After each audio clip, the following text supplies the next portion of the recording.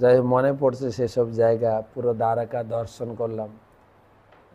দ্বারকা, দ্বারকা থেকে পোরবন্দর, পোরবন্দর থেকে সোমনাথ, সোমনাথ থেকে ভালকা তীর্থ, ভালকা তীর্থ থেকে জুনাগড়, জুনাগড় থেকে রাজকোট মন্দির, রাজকোট থেকে আমরা আহমেদাবাদ, আহমেদাবাদ থেকে ডাকোর, ডাকোর থেকে আমরা গতকালকে গেছিলাম সিদ্ধাশ্রম বিন্দু সরোবর।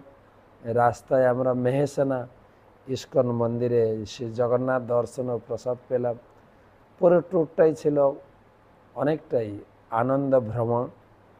মনে পড়ছে, চলে এসছে তো সবাইকে ছেড়ে, মায়াপুরে এসে আরেক পরিবারে যুক্ত হয়েছে। পুরো মায়াপুর একদম লোক, একদম প্রচুর লোক, মন্দিরে ঢোকা যাচ্ছে না। মায়াপুরের বৈভব। যাই হোক, ফিরে আসি ভাগবত কথায়।